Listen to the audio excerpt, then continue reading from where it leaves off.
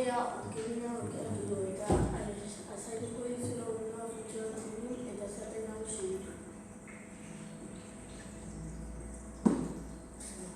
Ukimenaren bidez gure inguruko gauzen jarduna hotzera eta birrazak jase ditzakegu.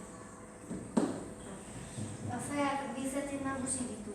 Epidermisa edo kanpoaldean eta dermisa edo barnealdean. Ata hori setiko dena da.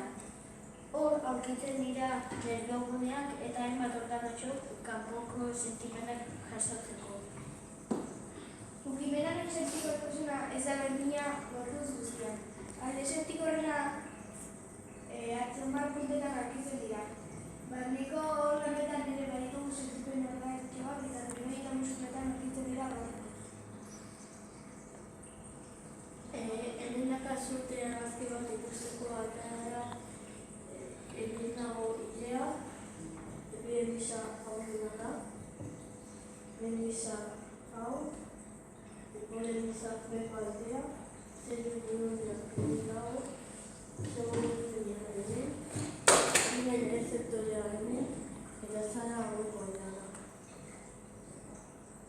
Galderari bat. Hola, zer da epidermisa? Epidermisa hemen ikusten duen bezala. Da, azala pixkat beherago dago izatea. Mira? Eta dermisa? Dermisa da epidermisa baino beherago dago ekitea.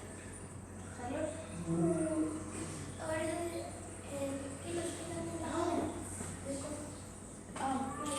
Ukimenaren